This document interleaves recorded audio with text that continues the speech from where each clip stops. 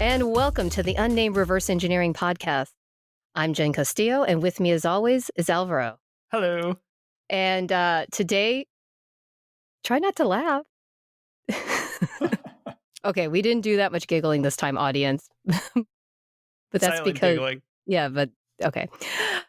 But today we have a very special guest. We have with us Michael Ossmann from Great Scott Gadgets. Welcome. Hi. Welcome. It is a pleasure to be here.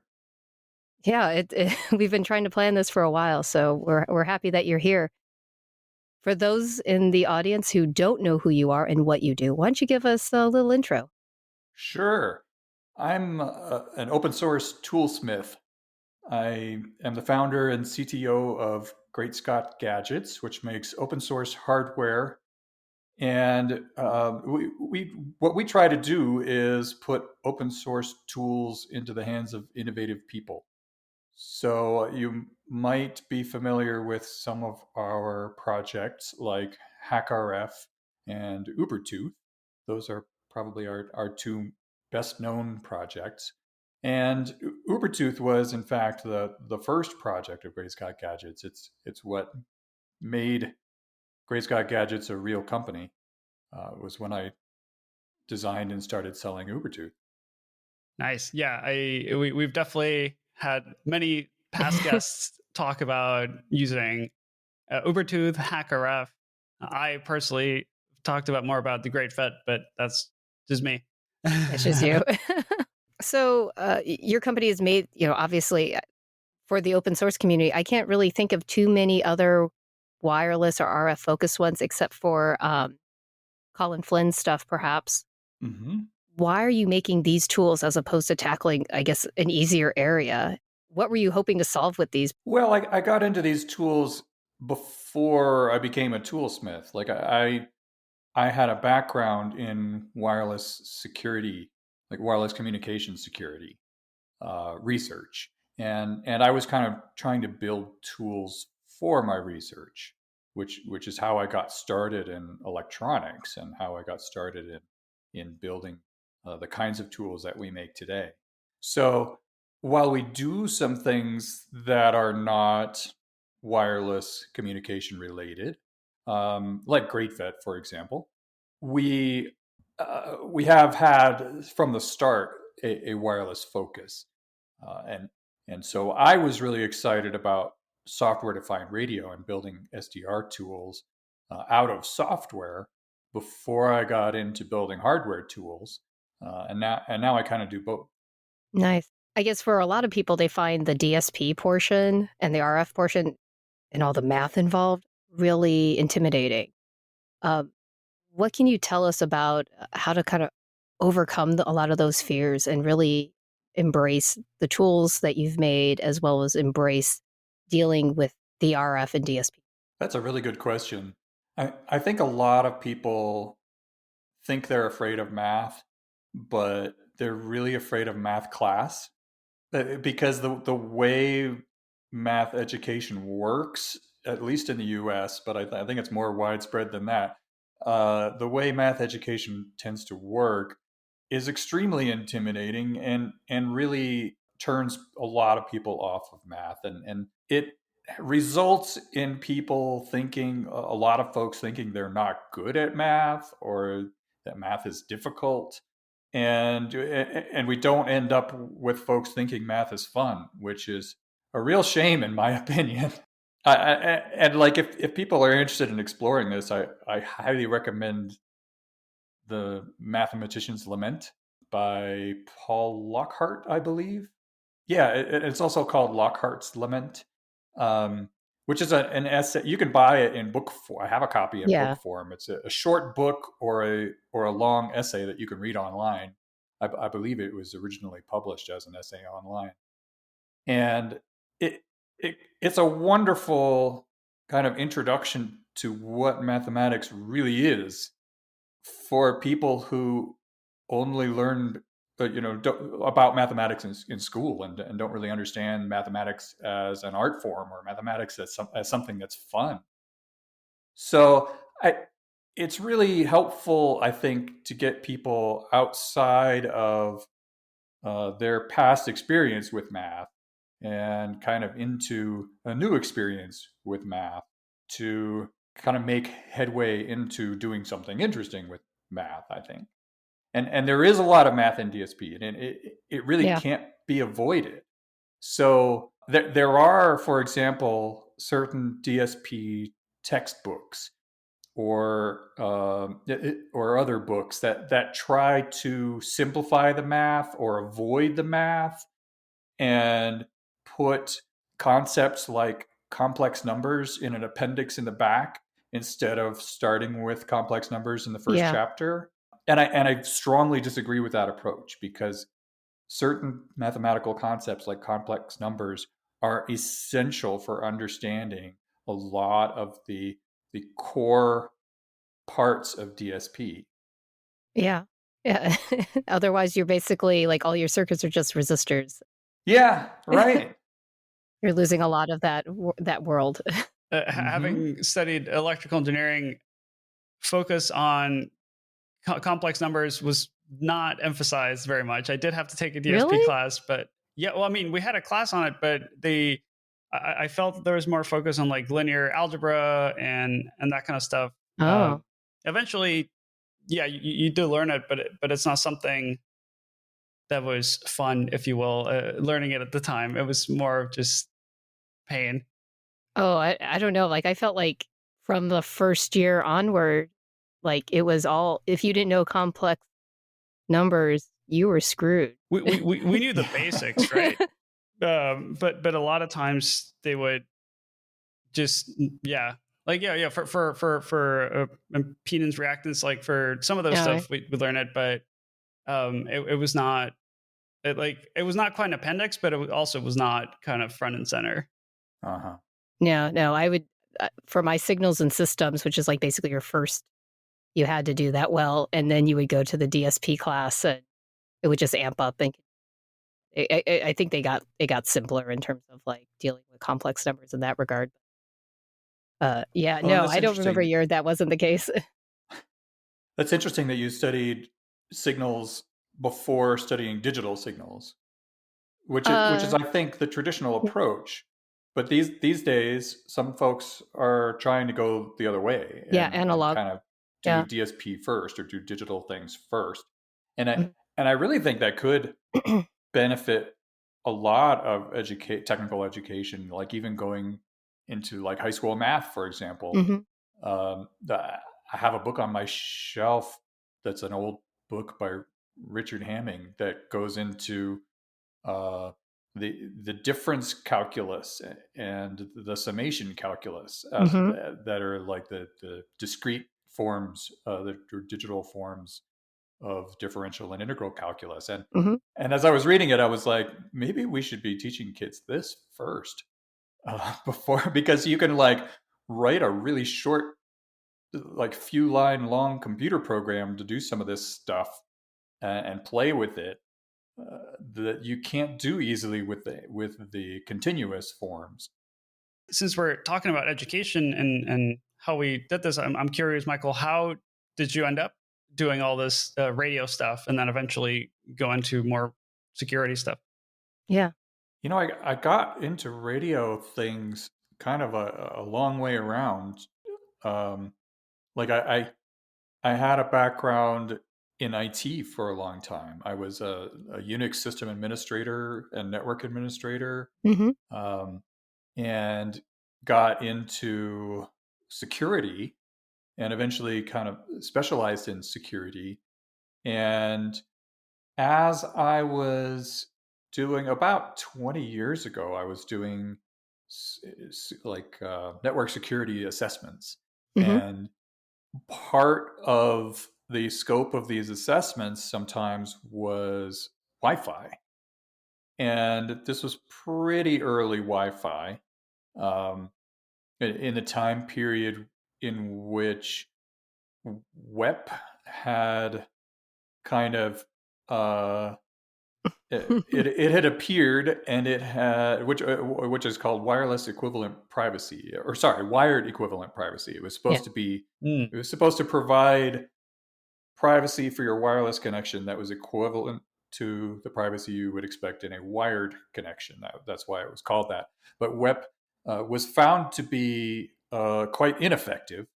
And in the period of time I was doing this work, I was finding that while some of the issues with WEP were known, and some of the solutions for WEP were known, for like fixing the problems with WEP were known. Yeah. The Wi-Fi vendors were selling solutions for like a second generation of WEP that wasn't really were not good. And and as I was digging into it, I realized that there just wasn't much public information about this kind of second wave of WEP that the vendors were selling, and how the claims that they were making about their improvements over original WEP were really not correct. And so I wrote an article about it, called "WEP Dead Again," and um, it was it was that article, and I just wrote it because it was stuff that I was discovering as I was trying to poke at uh, these Wi-Fi networks that I was tasked with assessing, and I found holes in them, and I was finding that there wasn't a lot of information out there about like the newer tools and the newer flavors of WEP. So I wrote an article about it, and I tested some stuff, Hmm.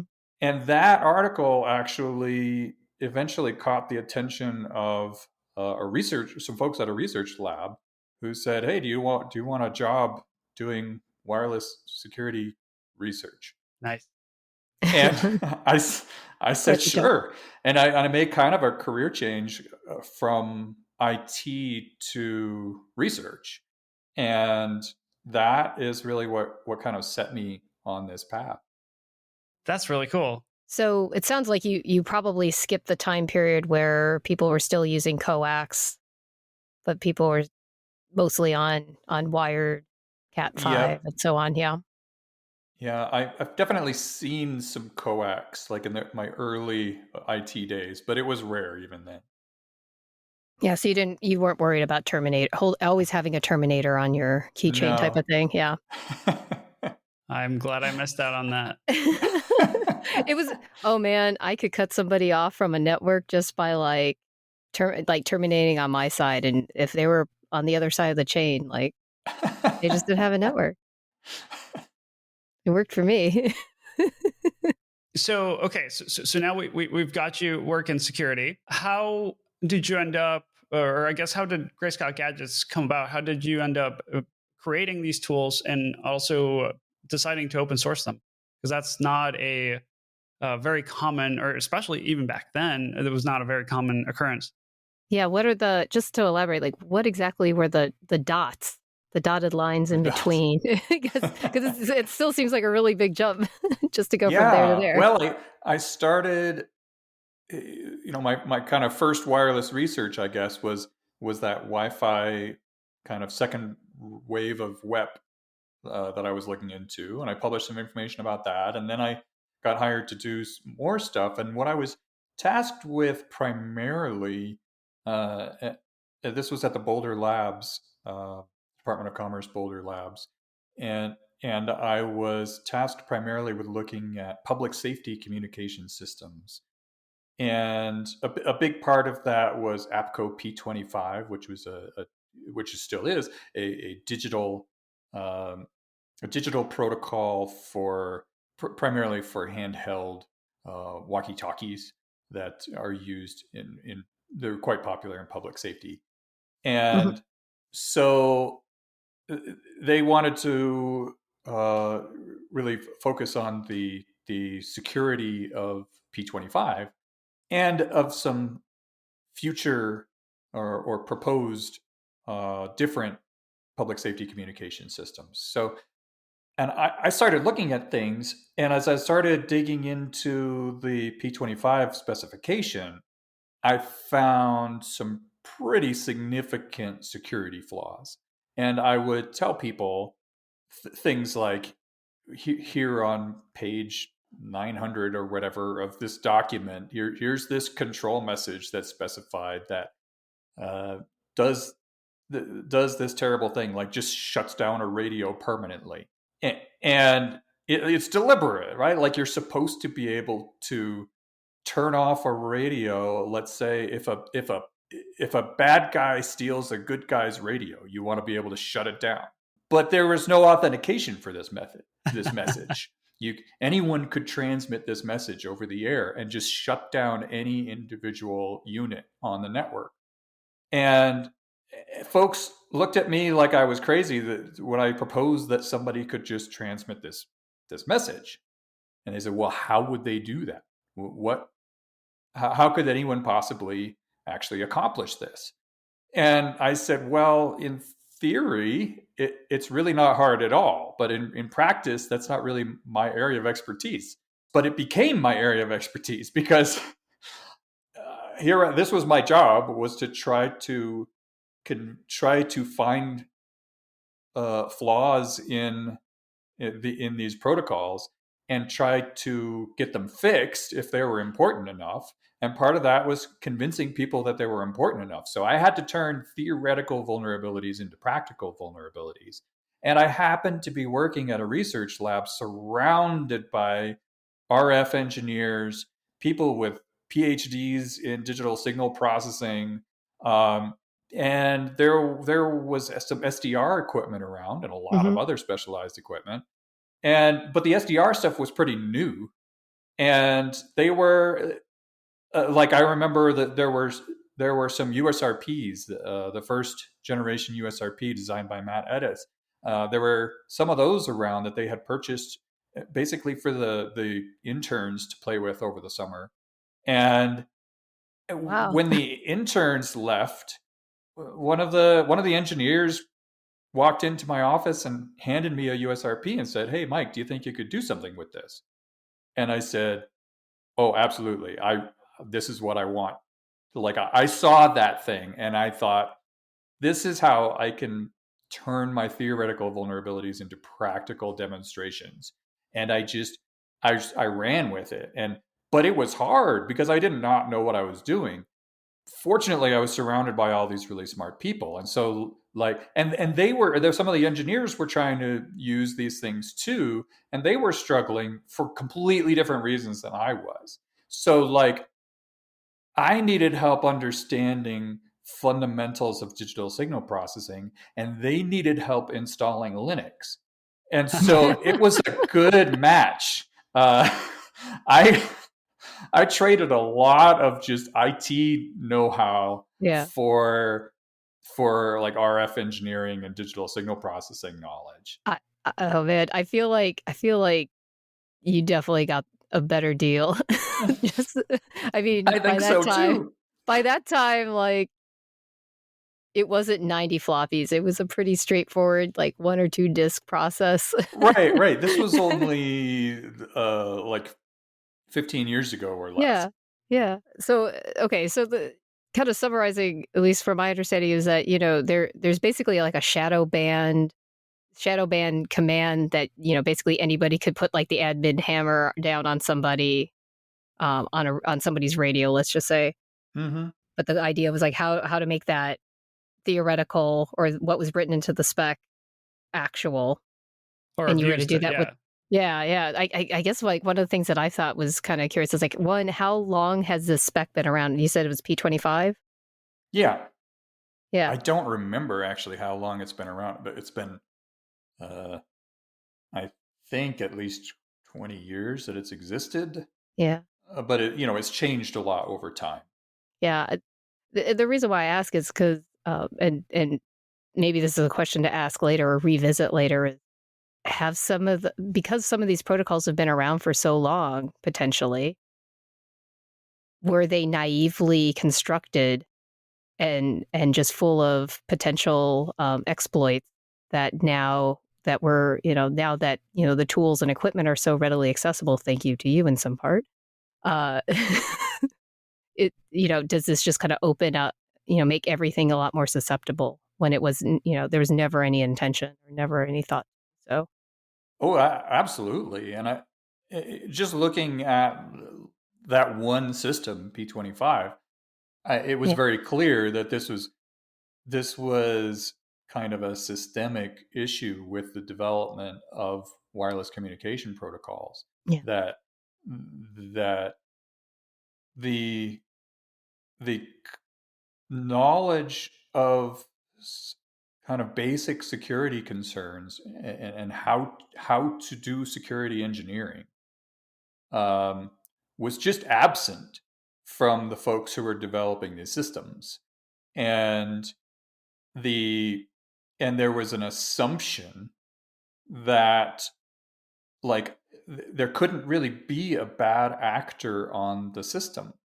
That is to say, there could be a bad actor who holds a device on a system, but there was no consideration of a bad actor who makes a device on the system or modifies a device on the system. And that is just absolutely has been I mean, that was the case even in the early days of Wi-Fi. That yeah, was the case with Bluetooth. Basically, every wireless communication protocol, certainly every wireless communication protocol prior to the last 10 years, was pretty, unless it was military, it was pretty much done without any consideration for practical attacks by bad actors. yeah, yeah.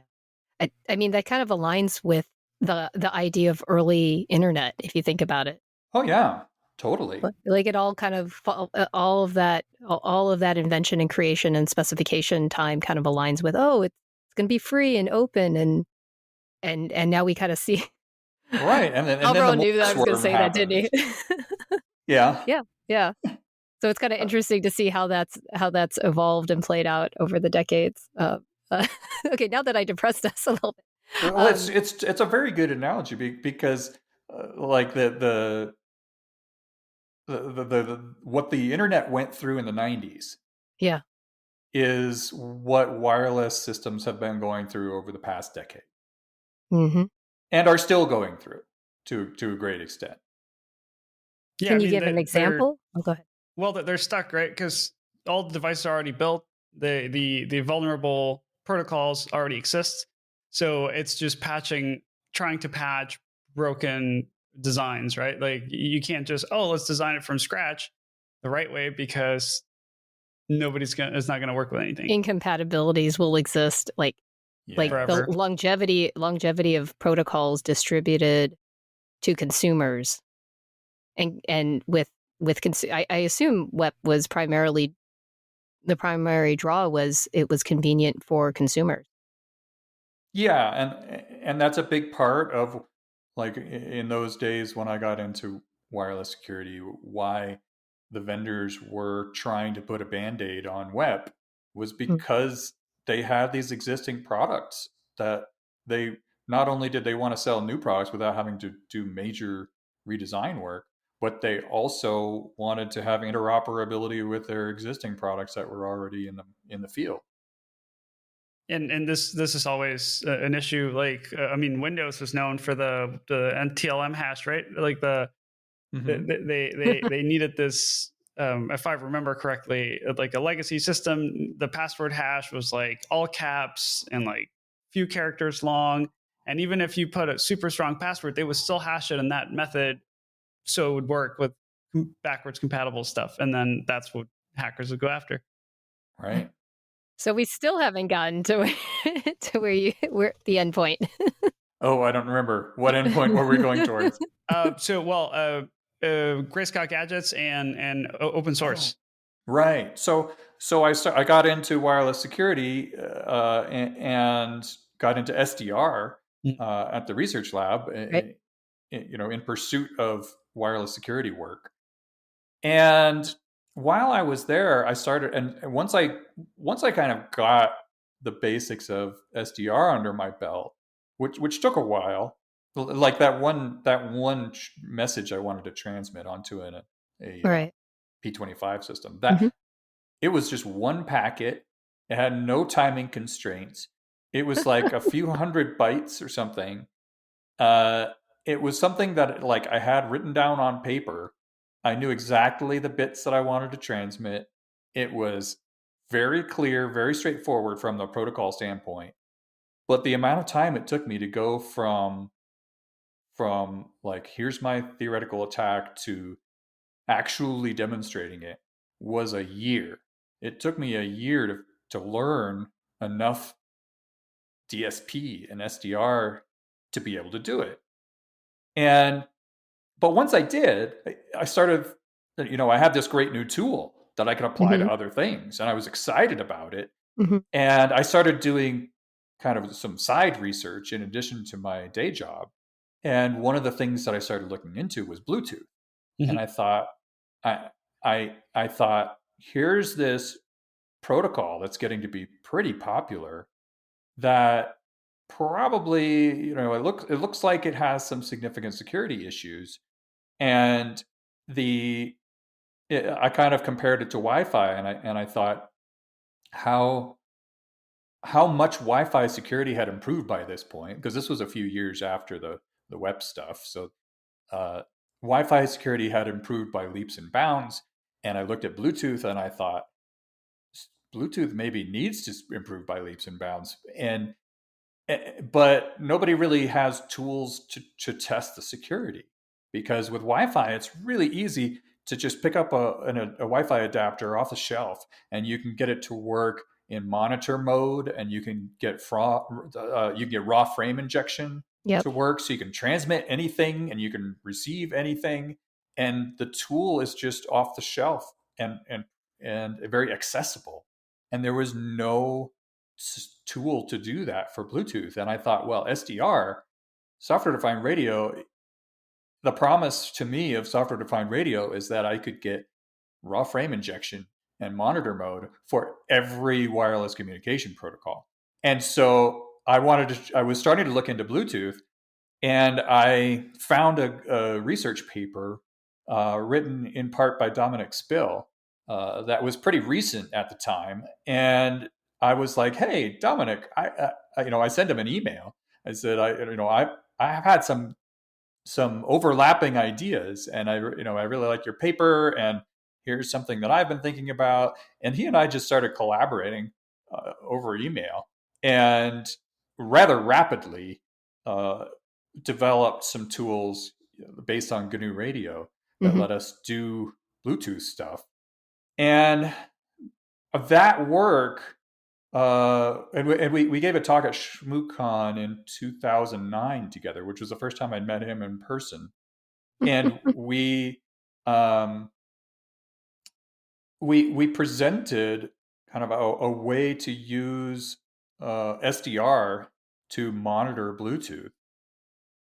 But after we presented it, I didn't really see that tool that we produced get adopted. I didn't see people use it. And it kind of gradually dawned on me that, well, we told people what they should do is buy a $2,000 SDR platform and then take a soldering iron to it and then reprogram the FPGA, and then they could use our tool.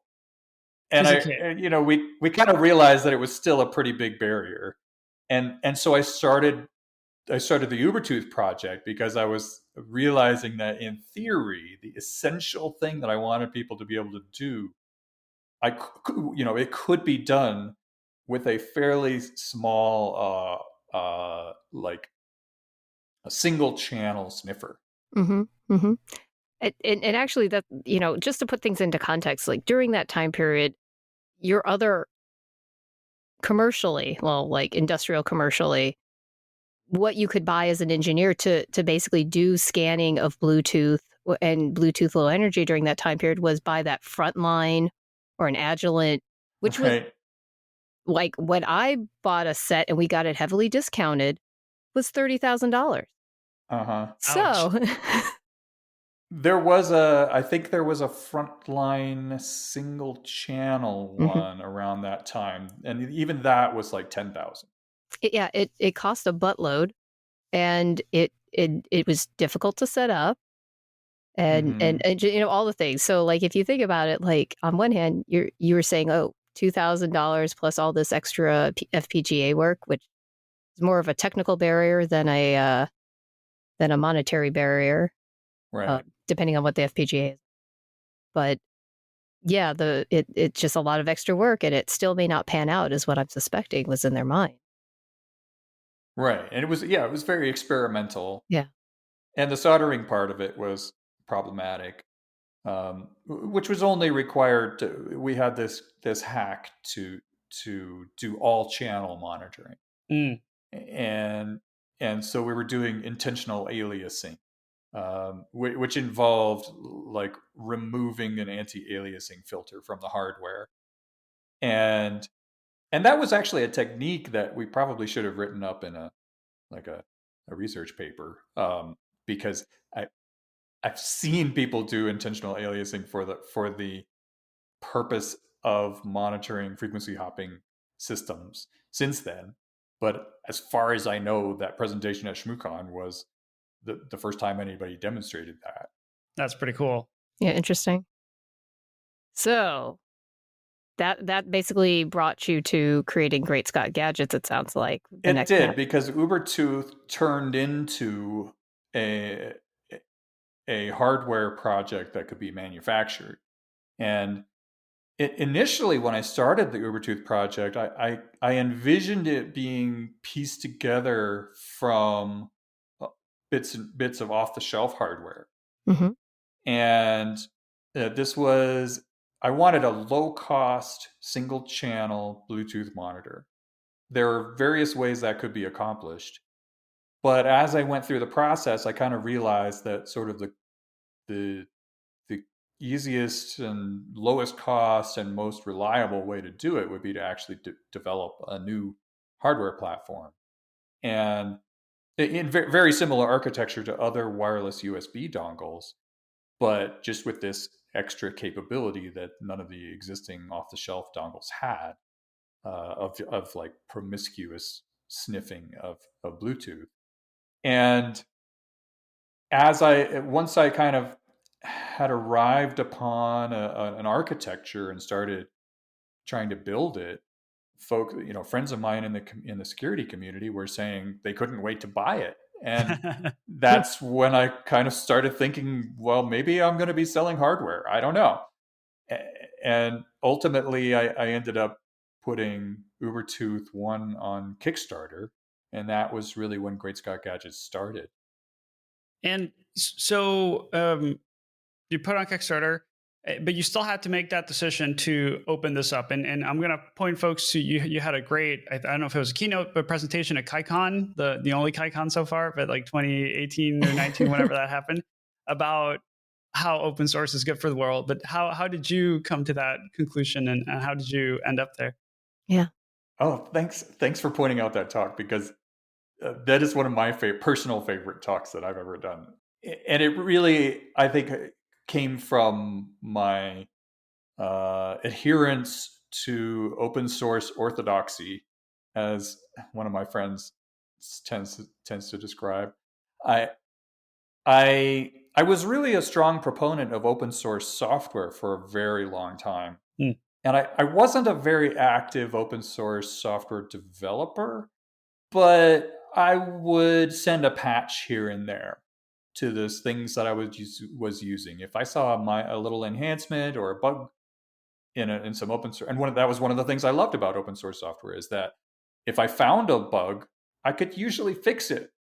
and and if I did, I would send in a patch and it would actually get fixed upstream, and that was just so amazing to me. So even though I didn't have any major projects of my own, I was a devoted user and contributor to open source for many years before I even got into hardware at all. Hmm.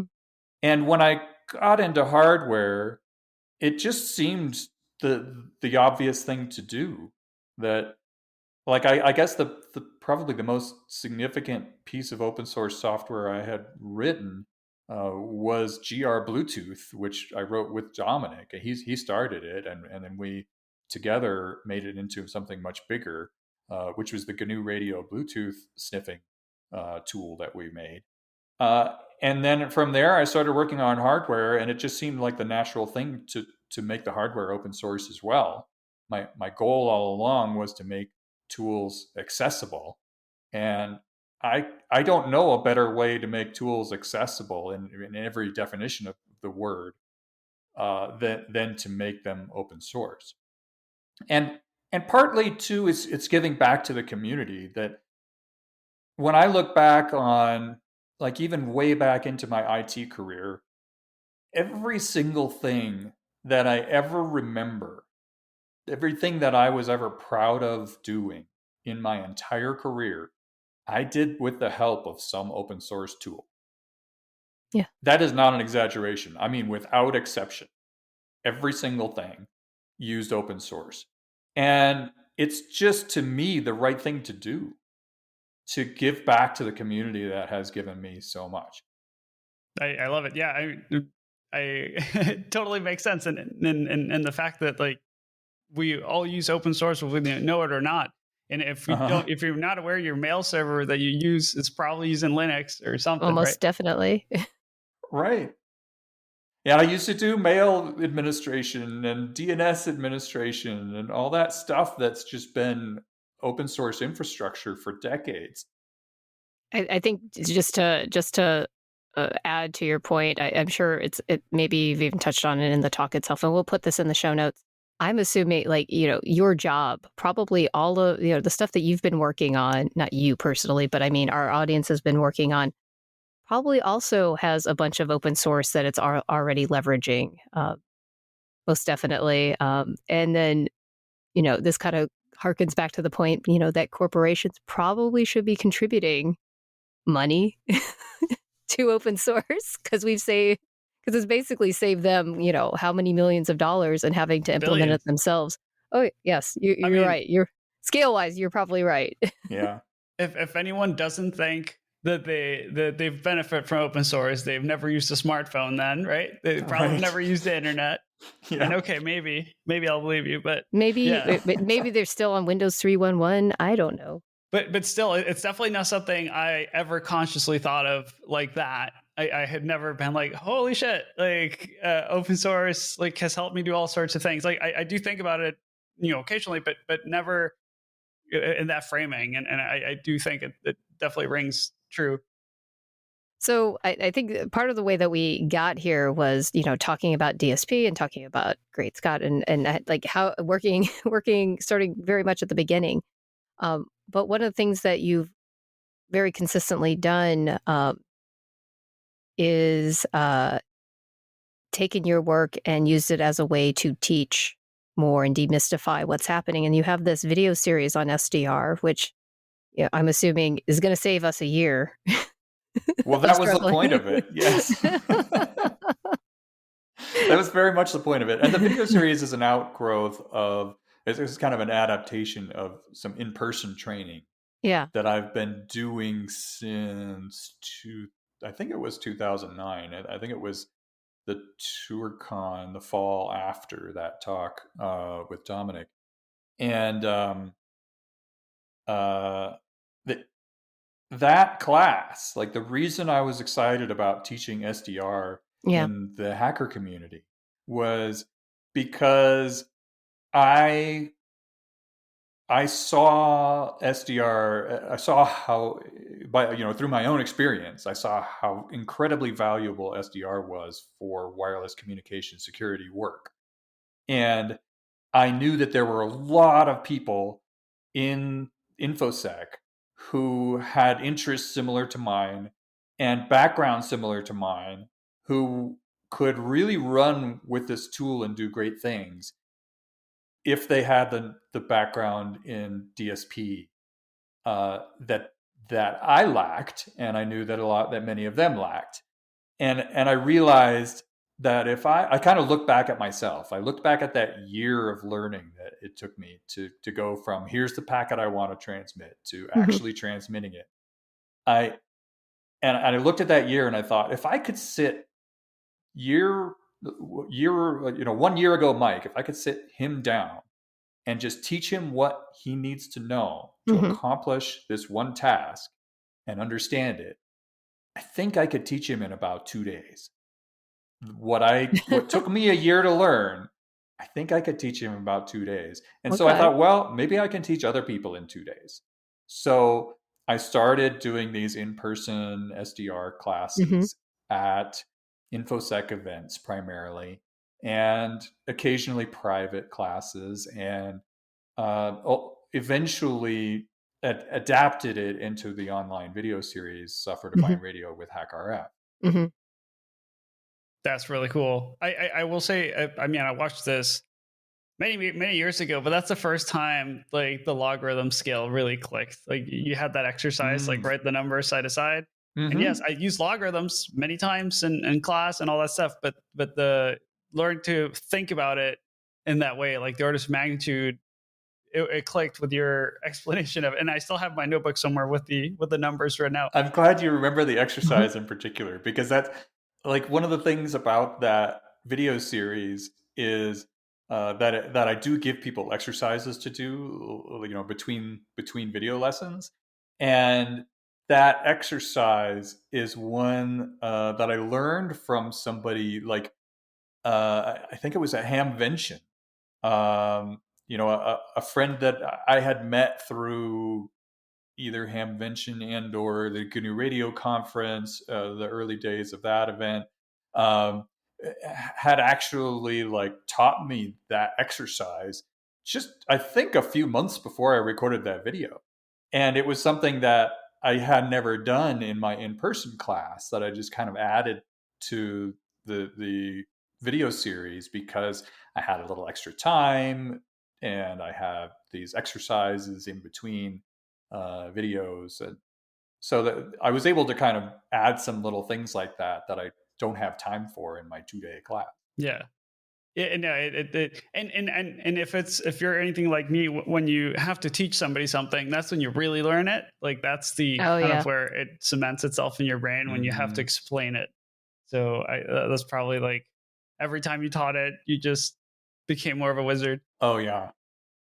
Yeah. So you've mentioned Dom a couple times, Uh huh. and there's definitely from what I can see in your work, obviously because you've been working in RF for so long, you definitely have this love affair with waves. We'll just generalize there. So one of the first times we'll get to how that ties in, and probably in the next question. So So one of the first times I saw you guys in action live was at 2017 SuperCon with your pirate themed talk, and it was very unexpected what you ended up doing, which was changing a traffic light by like flicking light at it. Yeah. You ended up using a sparkler, I think Right. it was, but it was like it was. I have to understand, like, how do you come up with that? Like how do you what what Yeah, no, no. Albert? Well, and while dressed like pirates, this Yeah, is well, very dressed like important. pirates. Yeah. Oh So yes, that was so very important. there's part A, which is how did you figure this all out? And secondly, who did the costumes? Well, the costumes were, I think the costumes, if I remember, uh, if I, rem- it's a fuzzy memory, but I suspect it was Dominic's suggestion Mm. that we call the talk I R pirates because it was infrared, so Yeah, yeah, IR, yeah, yeah, yeah, yeah. and he, I'm pretty sure that was his suggestion, and, and we thought it was hilarious, and so then we had the idea that we should just dress up as pirates for the talk, just to completely go with the theme. And we ended up going and getting costumes at a costume shop in Pasadena, like the day before the con. I remember Crux Jackalope went with us, and the four of us walked into this costume shop and just started trying on all kinds of stuff.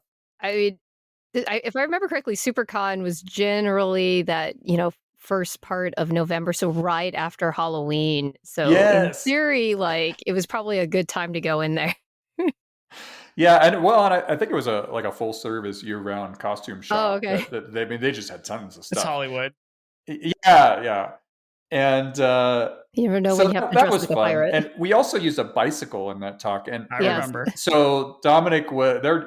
Dominic was like riding the bicycle across town in his pirate costume. It was great. But the traffic signal thing, like we were playing with infrared Uh-huh. and just trying to think of different things that we might be able to do with infrared. And Uh-huh. one of us remembered sort of an urban legend about being able to turn traffic signals green by flashing your headlights or something like that, or producing some kind of an optical signal. Mm-hmm. And so I started researching it, or we started researching it, and we found that there's some merit to that urban legend, that there are these things called traffic signal preemption systems Mm-hmm. that are designed for emergency vehicles to be able to go through Mm-hmm. traffic signals rapidly, and change the Yeah. signals to their benefit to be able to get to the scene of an emergency quickly. Mm-hmm. And in fact, early traffic signal preemption systems were simple enough that probably some of them could have been triggered by people's headlights. Mm-hmm. Uh, Either probably they'd have to be doing it deliberately, like rapidly flashing Yeah. their headlights on and off. Mm-hmm. But that newer traffic signal preemption systems, while many of them were optical, we didn't think there was any possibility that people would be able to just like manually trigger them with their headlights. Yeah. But looking into them, it was pretty obvious that they were not complicated to trigger.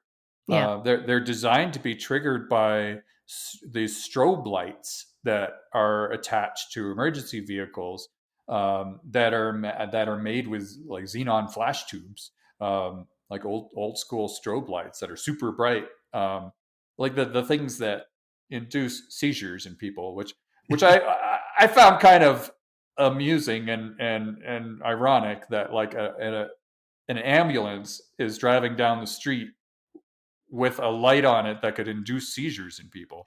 But That is a little disturbing, admittedly.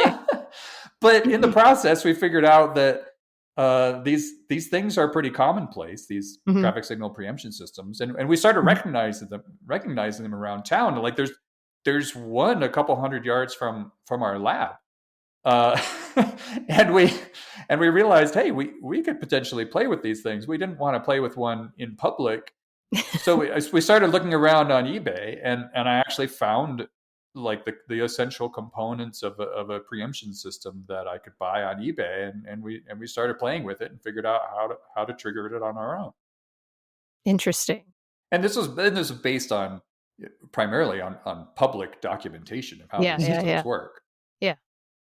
Yeah. I guess I should have asked the third question, which I guess is maybe so. How exactly did you get the traffic light? Oh, the traffic light itself. Yeah. Yeah. We did that demo in two different places. Uh-huh. One of them was at SuperCon in California, and the other Yeah. one was at ShmooCon in Washington D.C. And Uh-huh. in both places, we just asked on Twitter if somebody could bring a traffic signal, and somebody came through. It was great. Wow. Yeah. So you didn't have a writer per se, like a rock star, but No. you had a writer. we have wonderful friends in the community who help us out when We're we very need it. giving. Yeah, right. Because we have the preemption system receiver unit, which just gives a little electrical signal to the actual traffic signal controller. these systems have a lot of different parts. So there's the actual traffic light, and then there's a controller somewhere, usually nearby, and then there's like a rack mount preemption system that that talks to that controller, and there's a little detector that mounted up near the light that feeds the optical input, into that preemption system. And so we just had the preemption part of it, the little optical receiver and the main board of the preemption system. Mm-hmm. We didn't have the traffic signal controller, and we didn't have the traffic signal itself. So, but we could wire it up to a traffic Mm-hmm. signal if somebody Mm-hmm. provided one. We Mm-hmm. didn't want to try to take a traffic signal on an airplane or anything. The controller was relatively small in comparison to the actual light.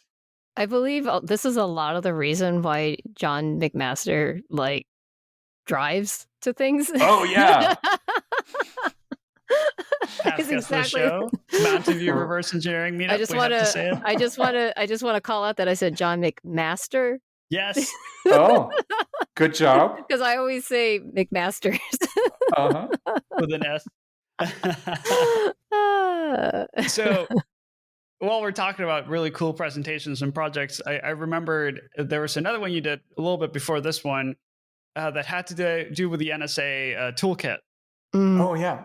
And that was a DEF CON presentation, right? Yeah, there were several different talks, some of which were given by me, and most were given by others in this kind of family of research and talks at HackerCons called the NSA Playset. And this was based on the leak of the NSA Ant catalog. That was, I believe, at the very end of 2013. Yeah, for Snowden, I think. What does the ANT stand for? Snowden. I don't remember what ANT stands for. ANT. It was like Advanced Networking Technology or something like. It was like a group at the NSA that provides some tools within the NSA. But not to be confused with the ANT protocol, which is used on like sports devices. Right. And I just want to clarify. Very similar to Bluetooth. Mm-hmm. Totally different ANT. Yes. Okay. So the NSA ANT catalog was leaked around the end of 2013. And immediately myself and several others in the InfoSec community started talking about, could we build some of these things ourselves?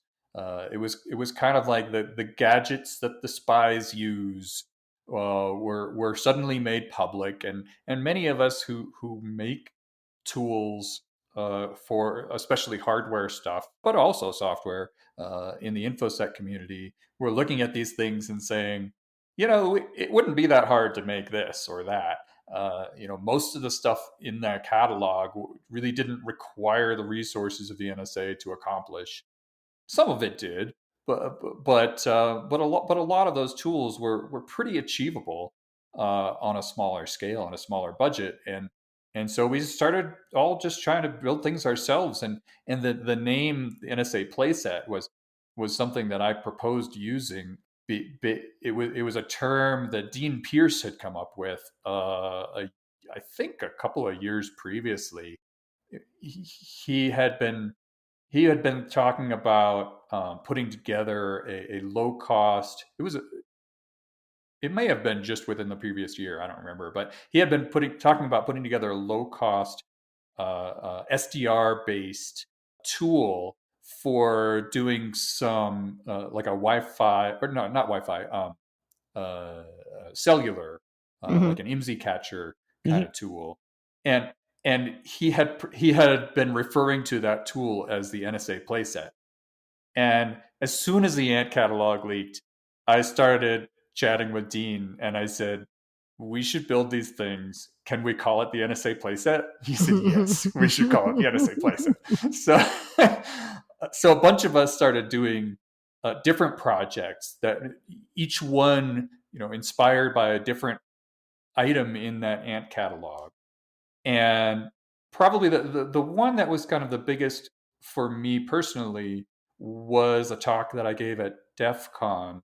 I think it was probably 2014, called NSA Playset RF retroreflectors, which was experimenting with the RF retroreflector technology, which was used in several different hardware implants or bugs that were in that catalog.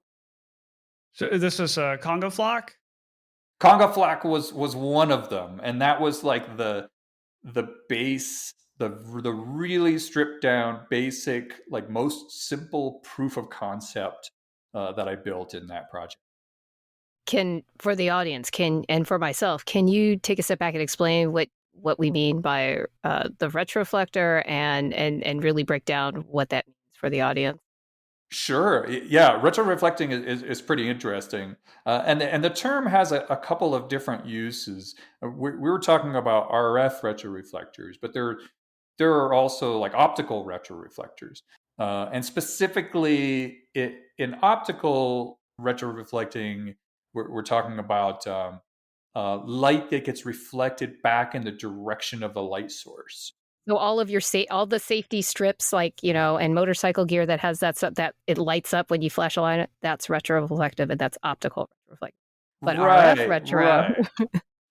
Yeah, and that's what makes optical retroreflecting so useful, is because it looks super bright to somebody who's shining a headlight from their direction. But RF retroreflecting, we use the term a little bit differently, and uh, we don't necessarily mean that the reflection is focused back toward the receiver. But we do mean that focused back towards the direction of the transmitter is what I mean to say. But we do mean that it can be received from the direction of the transmitter. And the prototype for all this, the original RF retroreflector, as far as I know, was called the Thing, and it's also known that's as vague. the Great Seal Bug. If you look up the Great Seal Bug, Okay. Oh, there was a wooden carving of the Great Seal of the United States that was, and I love the story behind it. This is so great that it was delivered by school children as a gift to the U.S. Embassy in Moscow, Mm. and Hmm.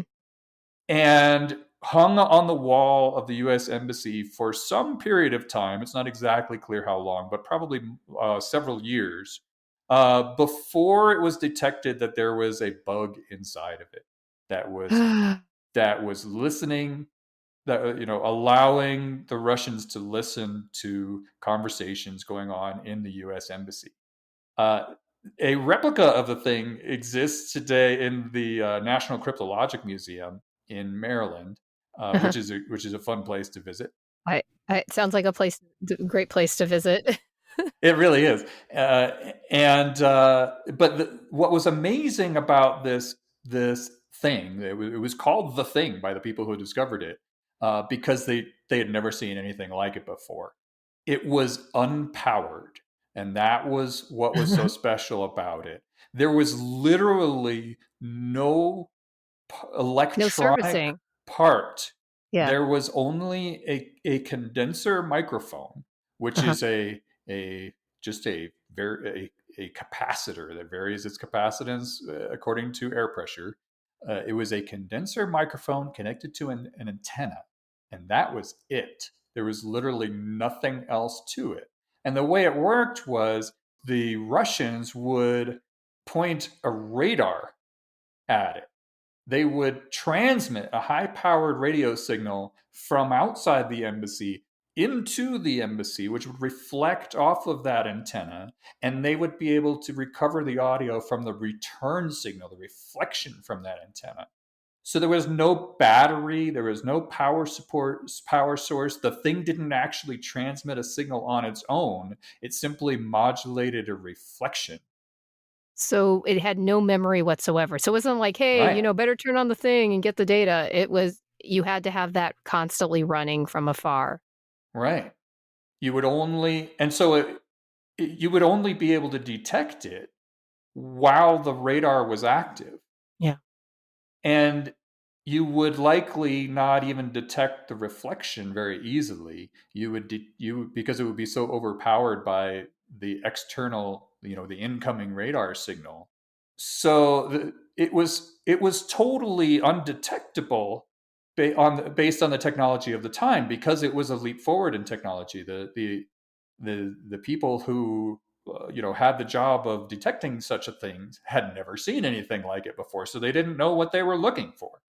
But the ant catalog was the first time in decades. Like, this was released, I think, in 1960, became public, or The early thing. 60s. The thing Yeah. was, since then, so that was the introduction of retroreflector technology. Yeah. The history of retroreflector technology basically starts in 1960, is silent until the ant catalog Hmm. release in 2013. And then suddenly we see, oh, here are new ways that RF retroreflector technology is being used to, spy on not just audio communications, but also digital communications over wires and stuff like that. And so I thought that was a really fascinating thing, and I wanted to play with it. And I started, designing and building and testing my own RF retro reflectors, and I basically reduced it down to a single transistor that I could wire up to some random electrical signal that I wanted to monitor, and I could point a Hot Wheels radar gun at this transistor, and and recover the electrical signal from a distance. That's really cool. And it worked, right? Like the homemade version, I guess. Yeah, it really did. I didn't have things working over great distance. I only had things working over like a couple of meters. But I also wasn't using high powered radar signals, right? I was doing things at very low power. You were being responsible and safe. Right, right. No, so I was wondering. So, like, I'm assuming that that there was no, it was an open field. There was no obstruction or anything like that Well, there was a wall, for right? those few. Was there a wall? For the embassy, I No, assume. for the embassy, yes. Oh, For my own For test. his, Yeah, I can't remember if I ever did an effective test through a wall. yeah. If I did, it was like, no more than 1 meter distance through a wall. Yeah. Yeah, but it's just a I proof of concept, right? yeah, Like it exactly. only right. will get better if anyone. I mean, well, clearly people have designed this and built this, right? But as they people up say, attacks always get better. They never get Mhm. worse. Right. I Alvaro, I'm just imagining in my head so many things right now. Like, I can't imagine why the Americans were so bad at keeping secrets in Russia. Apparently, they just had the embassy open on a lawn. It was there's no walls. Although this is probably like, this is bordering on conspiracy theory. You know how, like, there's this issue in Cuba where the Americans are like complaining about how Yeah. they're hearing The that sound. Havana syndrome. Yeah, I'm kind of Yes. wondering, like, what's going on there? Is it just like, an RF There's a attack that lot of gone stuff wrong? disproving it, I guess. But yeah, that was the original thought, that like high powered RF Yeah. was causing these things. Yeah, and it's the fact that spy agencies have been using retroreflectors for decades that instigated that hypothesis. Yes. Yeah, it doesn't sound that like, yeah, I mean, of course they've been doing it. Maybe they're like doing it more now, Or doing it or on badly? purpose, like Yeah. not just to listen. Yeah. Yeah. And the thing, by the way, I forgot to mention this. The thing was supposedly, and I'm not really sure how we know this, but the thing was supposedly invented by Theremin, the inventor of the electronic musical instrument. Oh, was Oh, Yeah. he Russian? Yes. yes. Yes, Oh, very Russian. I mean, it makes sense now, but it's just like, oh, there was a book I read that had a lot of this stuff. That there was also the Soviet spies had stuff, implants, and like Mhm. typewriters, or keyboards, like all sorts of really This good. This is why I want to go back to, I think it's Moscow that has the another museum of like spy craft, Mm-hmm. which Yeah, I would be think it's very called interesting. Cyber Spies: The Secret History of Surveillance, Hacking, and Digital Espionage. Yeah, there's some good books on the topics. Like, Is there an audiobook? oh yeah, And is it that's good? all I ever use. Okay. I don't read with my eyes anymore. Although I have to say that like audiobooks, when they try to describe the pictures that are inside, is pretty hilarious oftentimes. Well, okay. Because as a side note, originally when you started telling the story about a seal bug, I'm like picturing a seal and a ladybug, and it wasn't until I had more context I'm like, oh, okay. Right. But maybe we want to edit that Like out. an aquatic seal. Yeah, so I'm like, I don't know where this is going. Oh, now this makes more sense. Yeah, there's a picture, and I'm gonna link in the show notes. But yeah, there's a Wikipedia article. The Wikipedia article of the NSA ant catalog has an NSA Playset section. Oh, does it Mhm. really? Oh yeah, Oh, Nice. you yeah. So Wikipedia'd. this is it's on there. Wait, what's the verb for when you get Wikipedia? You've Wikipedia? been Wikipedia'd? I don't know. I don't know. You've been wikied? I don't, It's like I mean, Google. who hasn't been wiki? I don't. me? Well, Me? my name's on Wikipedia, but not me. Not you. It's the Pablo Escobar Wikipedia page has my name on it. Oh. Oh, well, okay, we won't even go into that. We could talk about this offline. There are many people with my name in the world. Right, right. Most of them are not me. Um, so where were we? So kind of like adding on, I'm going to skip the question that I thought I was going to go to. But so are there, particular kind of going back to your tools and going back to like what we're seeing in terms of like the usable frequency ranges that people are using, particularly in commercial? Are you seeing not just protocols, but just particular frequency ranges, which are possibly by vintage, that are going to be far more susceptible to hacking and third-party interception? Hmm. Well, I don't know that it's such a function of frequency, Yeah. because there are low cost tools now Yeah. that cover very wide ranges of frequency. So my own HackRF, for example, goes from 1 megahertz to 6 gigahertz, which is pretty much all RF that is commonly deployed in like consumer and Mhm. like run of the mill industrial stuff. The exceptions to that are fairly esoteric, or like there's stuff that runs at higher frequencies, mostly point to point satellite communications. Hmm. And there's stuff that runs at lower frequencies, mostly either amateur radio or high frequency trading these days. uh, What do you mean and by high frequency trading? Like I stock? mean, so yeah, if you're trying to trade stocks and you're trying to do it faster than the other, if you're making an automated system to trade stocks and Hmm. you want it to respond to things faster than the other automated systems that trade stocks, it's helpful to be able to send a signal from one market to another market faster than the wires can go. And through the air is the fastest way we have to do that. I Um, see. Believe it or not, this is actually a significant area of activity these days in the HF bands that Uh-huh. are at the very, kind of low end of the practical frequency range. And one of the reasons the HF is used, well, I guess probably the reason HF is used is because of ionospheric activity, like being able to bounce signals off the ionosphere allows you to transmit a terrestrial radio signal, from point A to point B on the Earth, without going through a satellite or other repeater.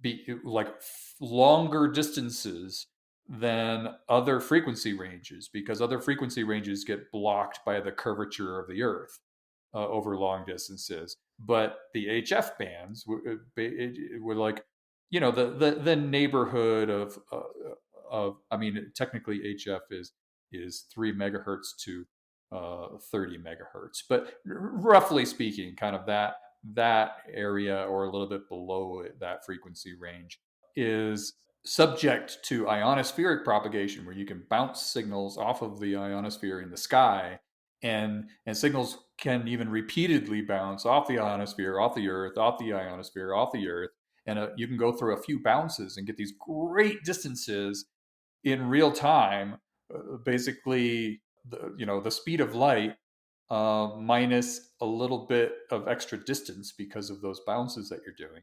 Yeah, folks don't realize that the speed of light in copper and fiber optics is slower than in air. It is. And you also have to deal with the fact that copper and fiber networks typically are digital, not analog. So unless you're laying your own copper or fiber this great distance, you're going to be subject to the additional latency of some digital packet format and the circuit switching that's going on.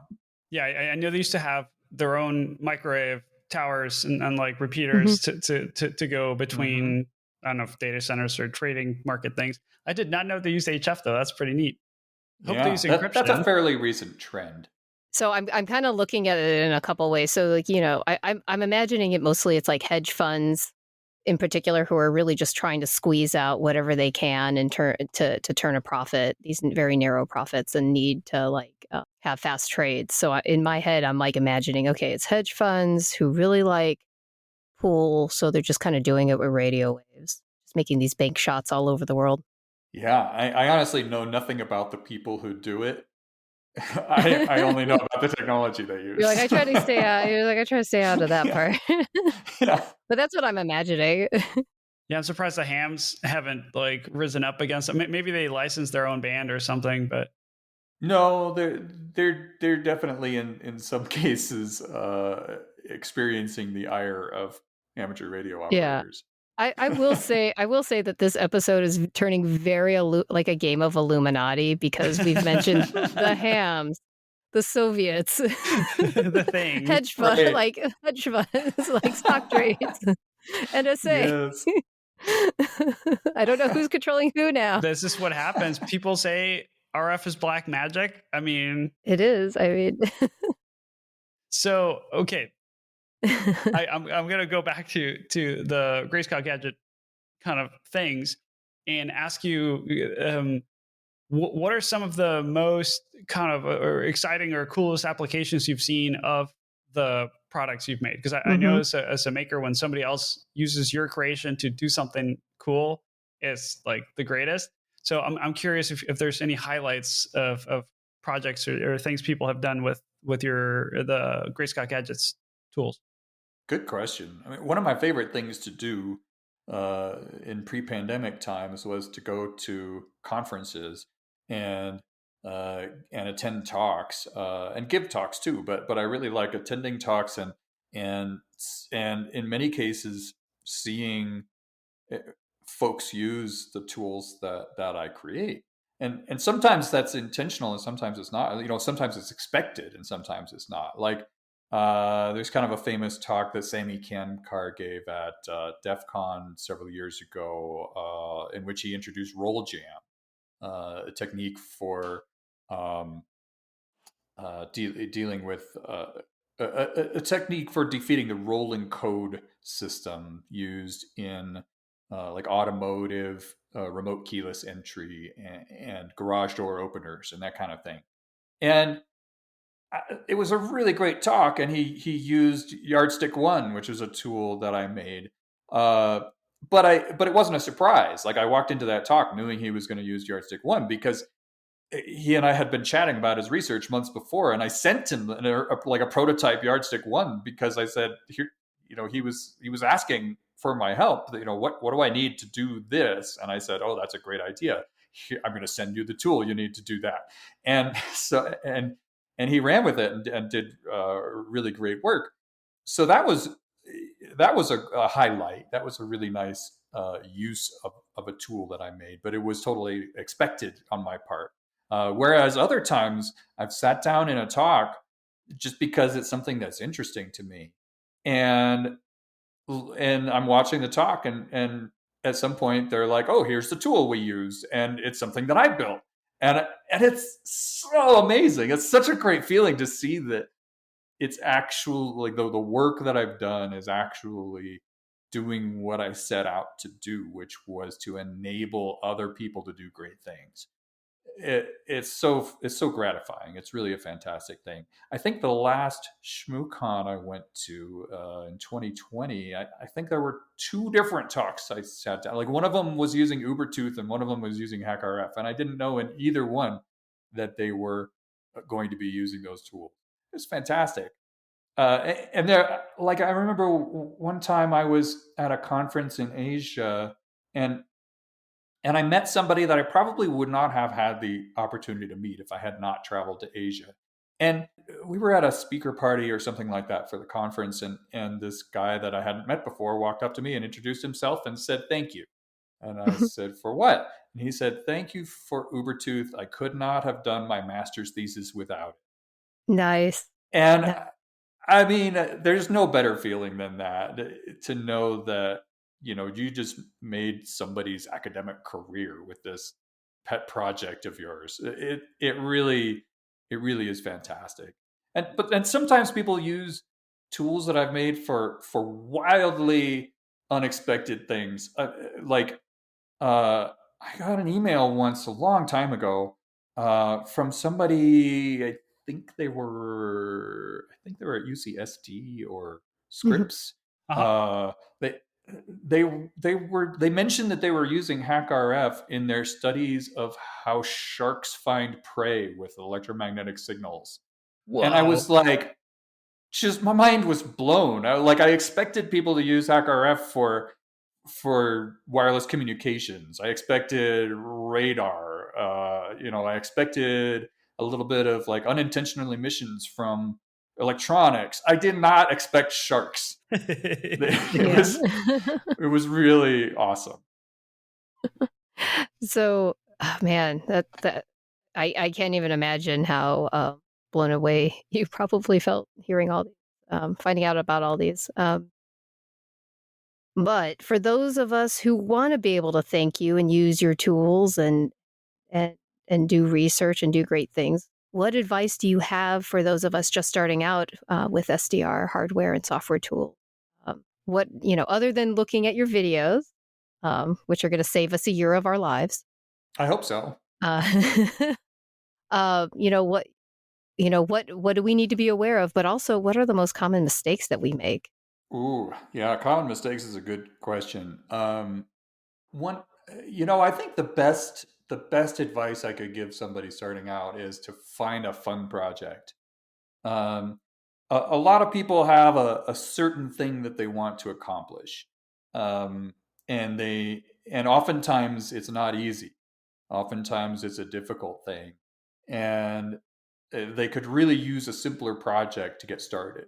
Hmm. Um, find something around your house that transmits and receives radio signals. It might be a garage door opener. It might be a Hmm. remote control for a ceiling fan. It could be anything. Hmm. Uh, like wireless weather stations or home burglar alarm systems that have remote sensors and remote controls, and like there are all kinds of little wireless things that we have around us in our daily lives, and everyone has different ones in their environments, but you probably have something accessible to you that is a fairly simple digital radio communication system, And, like the kinds of things that I just pointed out.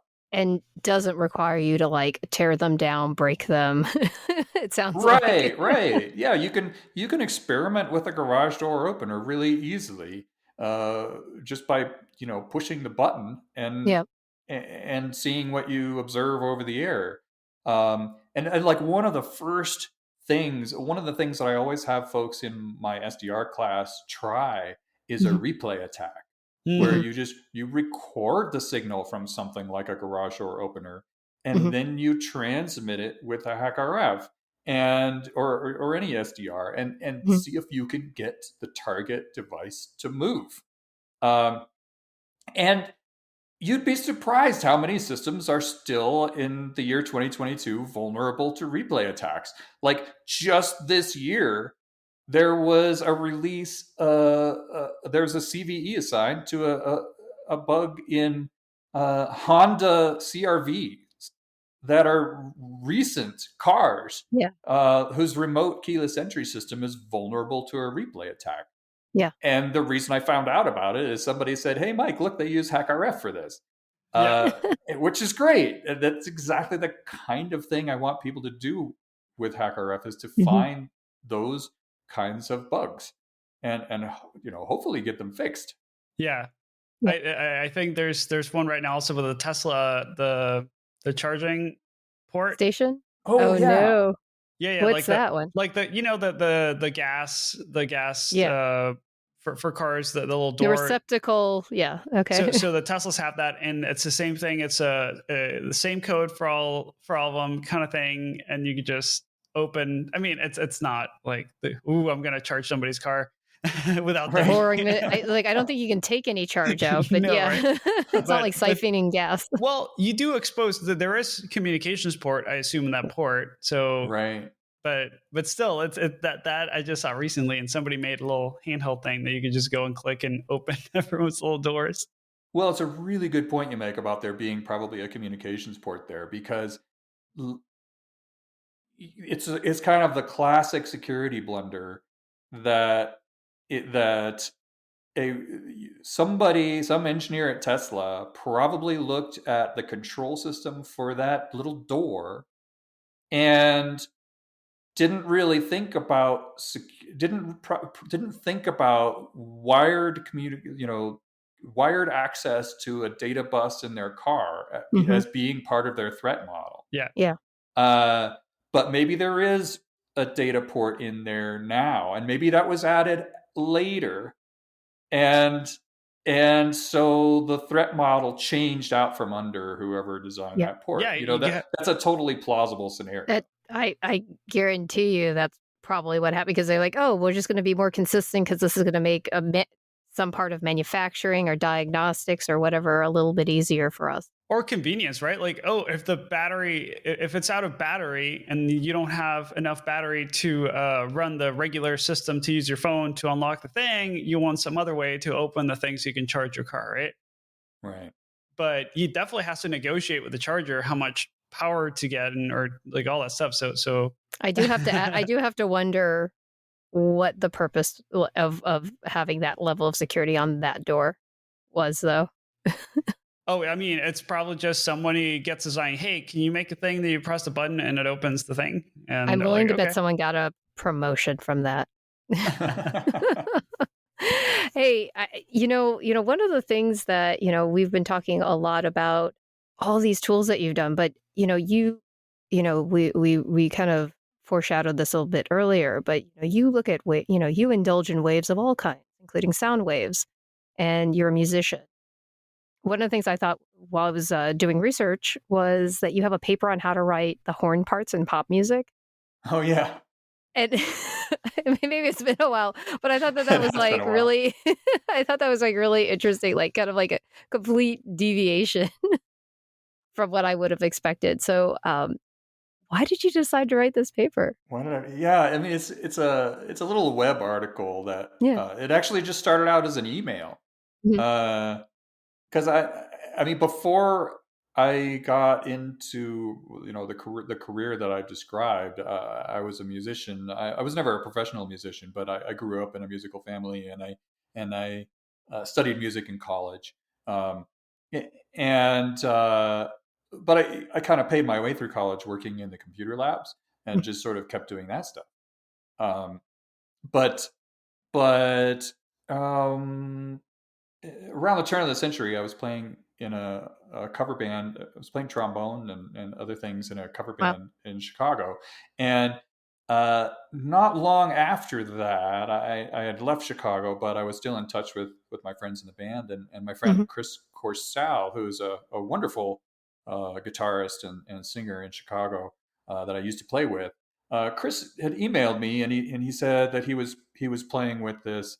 Um, I think it was a soul band that he was playing with, and he wanted to write some horn parts for some some new tunes that they had, and and he said he was just asking me for tips. He was like, "How do I get started writing horn parts?"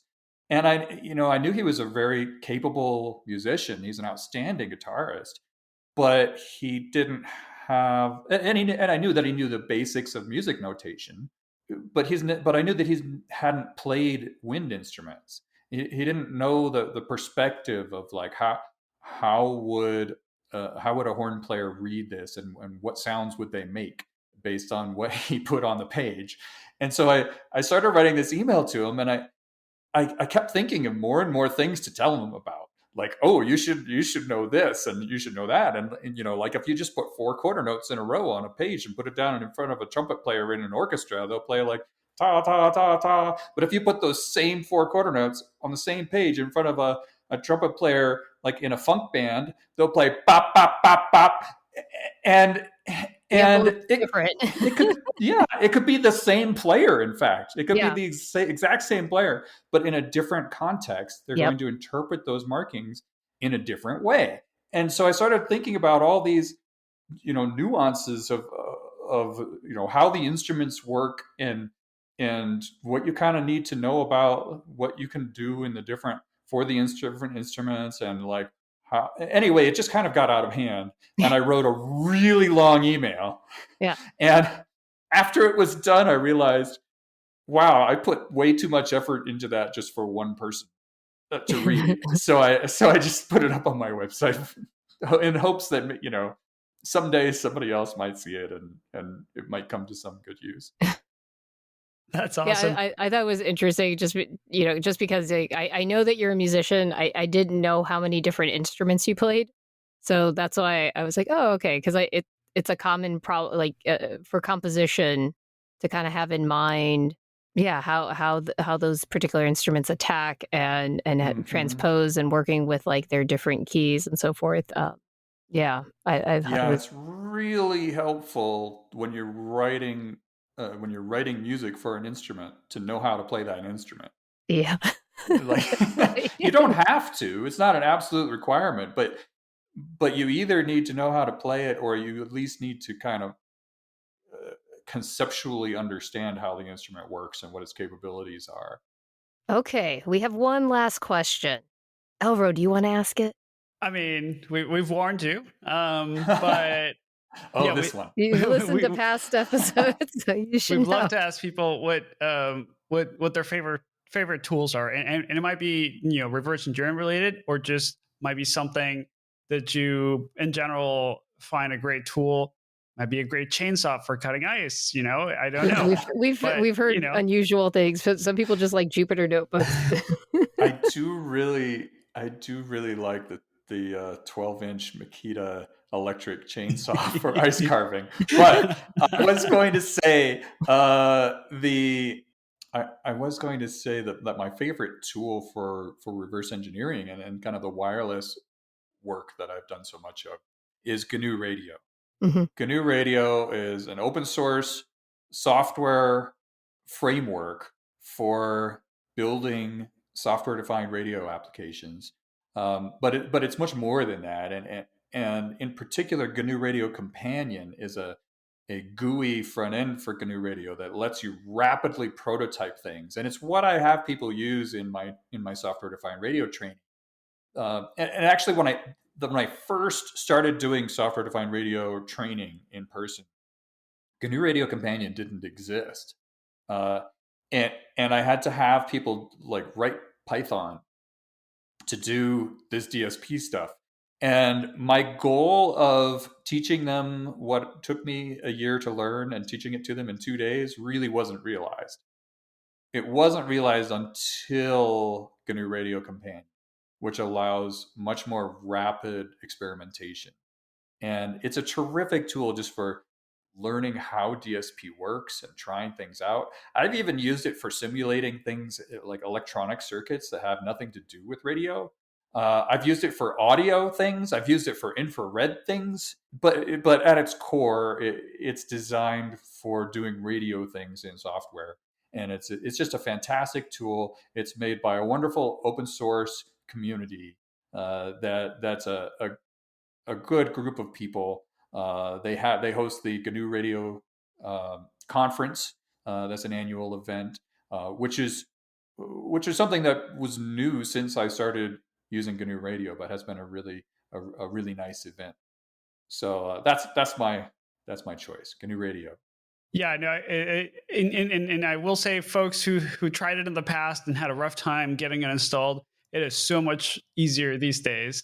Like, absolutely. It has changed significantly just in the past 5 years, I would say, as far as ease of use.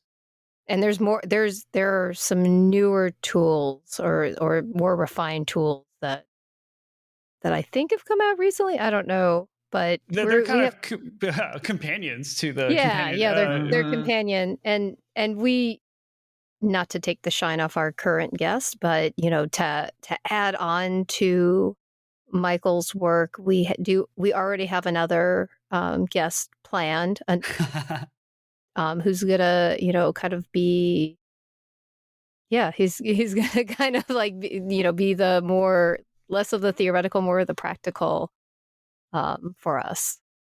Questioning. Yeah. So is this the guest that I know about? Yes, you do. Oh, okay. Can we say his name? You might show up. I don't know.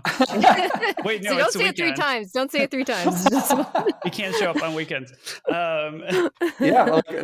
So Mike Ryan is who you're talking about, I think, and he's a friend and has been a great contributor to the Ubertooth project. And I don't know if you know the story about how he and I met. I don't. And how he got started with Ubertooth. I don't. Maybe I shouldn't tell you. Maybe I should let him tell you. Ooh. Well, sometimes people we can get your side of the story, and then we can see whether it aligns with his side of the story. Maybe we'll get different colorations. Yeah. Well, I'll give you the short version, which is he won a contest that I was hosting at TourCon San Diego. I made a conference badge that was a variation of an Ubertooth, and he won the contest to find the Easter egg that I put in the badge, which and his prize was a fully assembled badge. So in the process of developing this badge, we went over budget. We didn't have enough budget to really make a fully functional Ubertooth. What I did was I made this way overcomplicated solution that was cheaper to manufacture, but acted as a little 2.4 gigahertz spectrum analyzer. Unless you then solder on a bunch of extra components, and then you could turn it into an Ubertooth. So I had just a few of the ones that were fully populated that would actually work as an Ubertooth. And he won one in the contest, and that's how we met. And then later, it might have been at tour camp after that. At some point, he was talking to me and Dominic, I think, and he was like, what can I do with this Ubertooth that you gave me? What's out there? What in the world of Bluetooth needs to be done? And we said, you should look at Bluetooth low energy because it's new and nobody's looked at it yet. And he said, okay. And he just ran with it. And now he's the expert. Yeah, he is totally the expert. He developed a whole bunch of the code in Ubertooth just to deal with Bluetooth low energy, and has published papers on Bluetooth low energy security.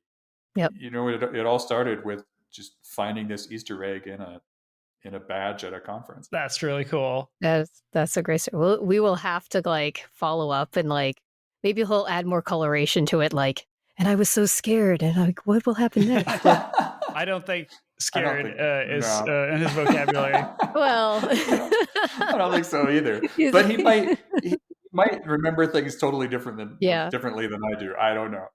No, but he's a really good storyteller, so I'm really curious to see what he says. But you're right, not really not fearful in the slightest. At least doesn't come across that way. Yeah. Hey Alvaro, do you know what time it is? It's thank you time. First off, Michael Ossmann, since Alvaro seems to be rusty on this. Any parting words? Where can people find you? Yes, that's what time it is. They can find me at Great Scott Gadgets. Our website is greatscottgadgets.com, and we have a Discord server that you can find through greatscottgadgets.com, and that's a great place to hang out with me and the other folks at Great Scott Gadgets. And I'm also on Twitter. Excellent. Alvaro, where can people find you? Oh, I'm right here. No, I'm on Twitter at Alvaro Prieto, and alvarop.com, I guess, is where I mostly hang out. Wonderful. I can be found when my mouth's all twisted up. You can find me on Twitter at RebelBotGen. And hey, do you have comments or suggestions for names for the show? Because we still are unnamed after 4+ years, almost 5. Oh my gosh. You can find us on Twitter, on Twitter at unnamed_show, or you can hit us up on this comment form that we never look at, but has been a source of amusement amongst me and my coworkers who apparently messaged us years ago before I had ever met them. Otherwise, if you still can't find us, you can go to unnamedre.com. Shout out to all of our Patreon supporters. If you're interested in our Patreon, we will put a link in the show notes or on our website. And what else? Things that you might enjoy as a Patreon subscriber: stickers, Discord, random discussions, finding our out eternal gratitude. Our eternal gratitude. And don't worry about being international. We ship to anyone.